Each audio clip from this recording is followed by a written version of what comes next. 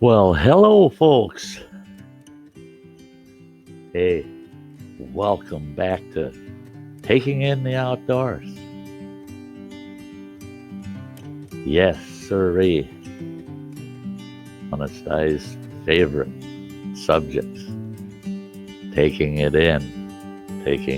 the outdoors. So let's not drag our feet. Let's get into the outdoors and we'll talk about taking it in. Hang on, folks. Here we go.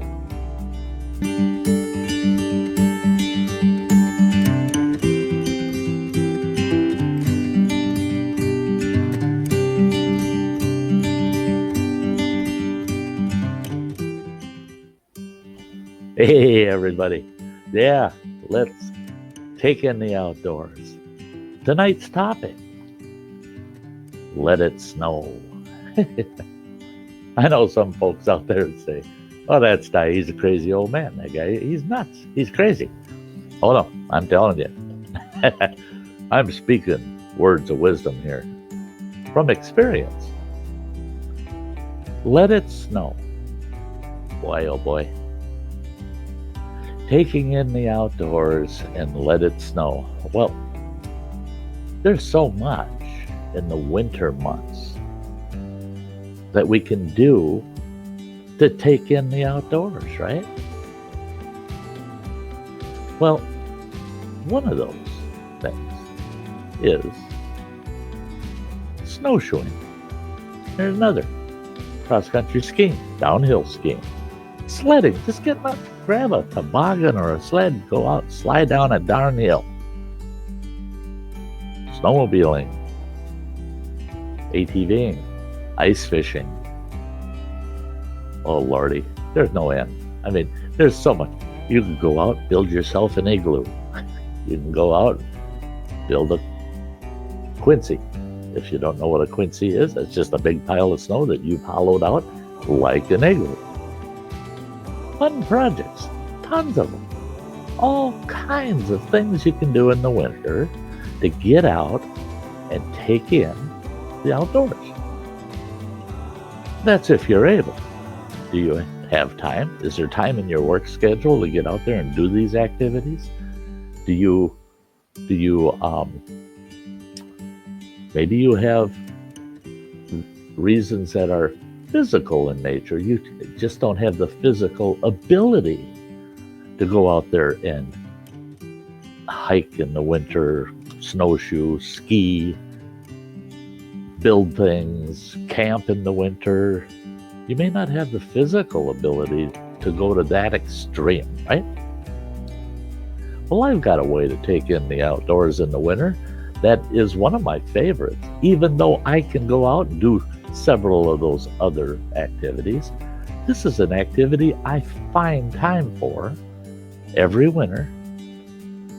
This winter, I feel bad because I only got to do it once. And it's an activity I just love to do. And that's just going out and letting it snow. What I like to do, here's the scoop. What I like to do is grab myself a camp chair or a lawn chair, just a folding chair. It's easy to pack around. And if you have to, right in your own backyard, it doesn't have to be out in the wilderness, as far out as you can go. Excuse me. But out in the woods, if you can drive to a location where you can just walk 50 feet into the woods, that's really good. That's great. But just, you want to get yourself outdoors. And you can do it in the daytime. You can do it in the evening. You can do it at night. And what you do is you wait for that perfect snow. Okay, they forecast snow, but they're not forecasting any measurable wind. You don't have gusty winds or anything.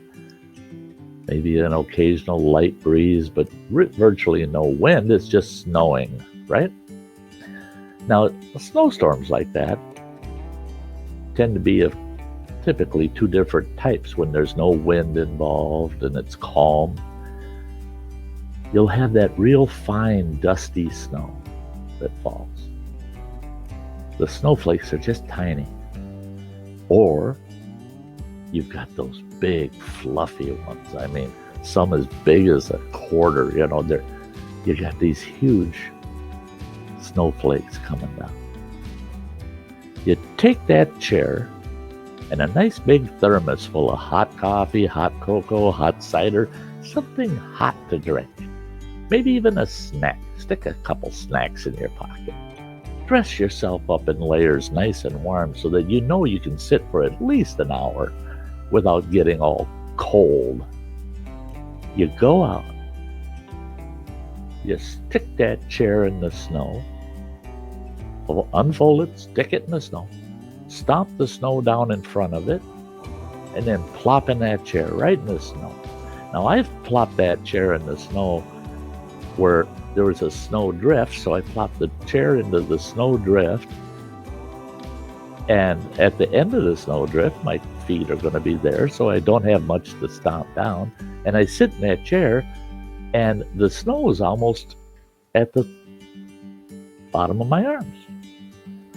You're sitting right in the darn snowbank, but you're in a chair, so your butt's not getting wet, your back's not getting wet, your arms are on the chair's arms, so your arms aren't getting wet.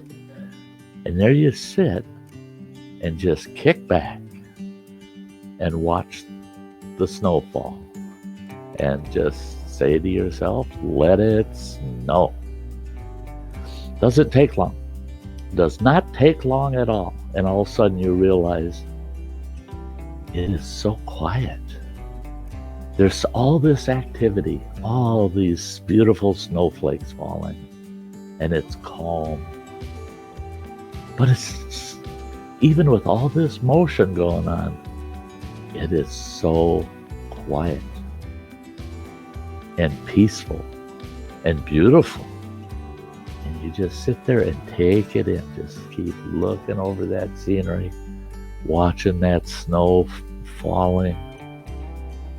It does not take long at all for you to start feeling the healing effect on you physically, emotionally, spiritually, mentally. All the problems of the world seem to start drifting away. You've got all this motion, which we as humans are so used to it. Everything's got to move, all day long. It's just zip, zip, zip, zip.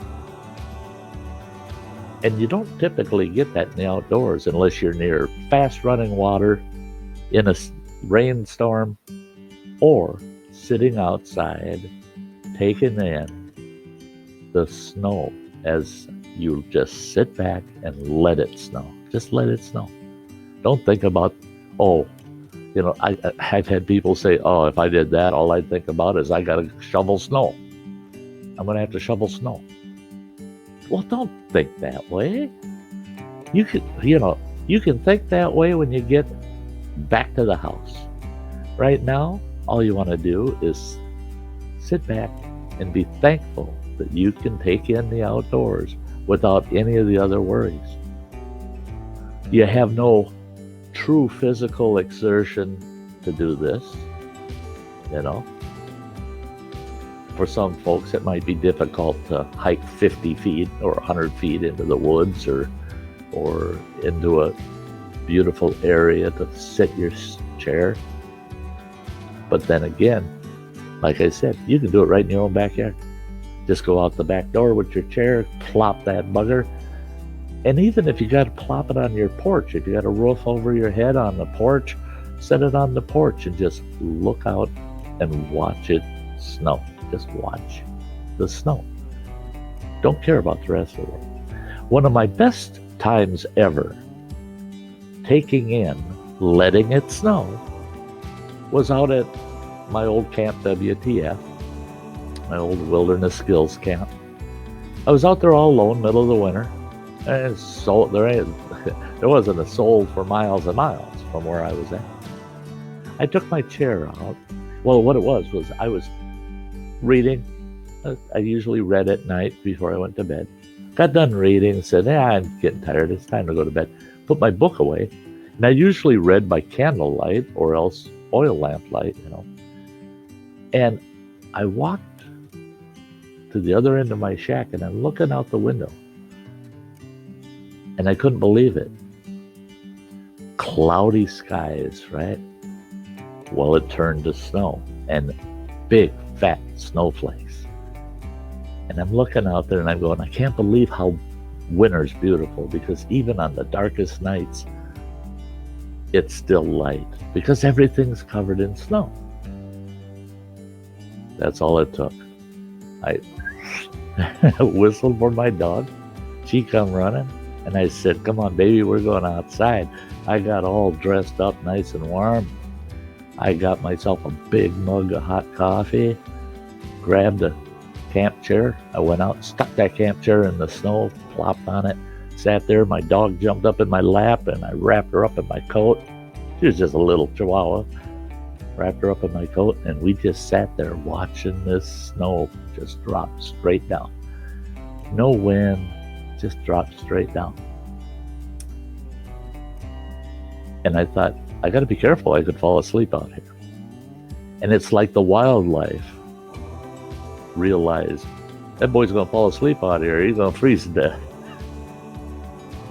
All of a sudden, just out of the blue, here comes 3 deer walking about maybe 50 feet away from me, walking straight across the front of me.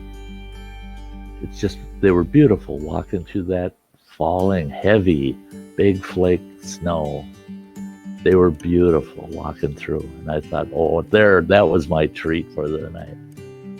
And then I could hear an owl hooting very close to where I was at. I could hear that owl just hoot, hoot, hoot. Okay.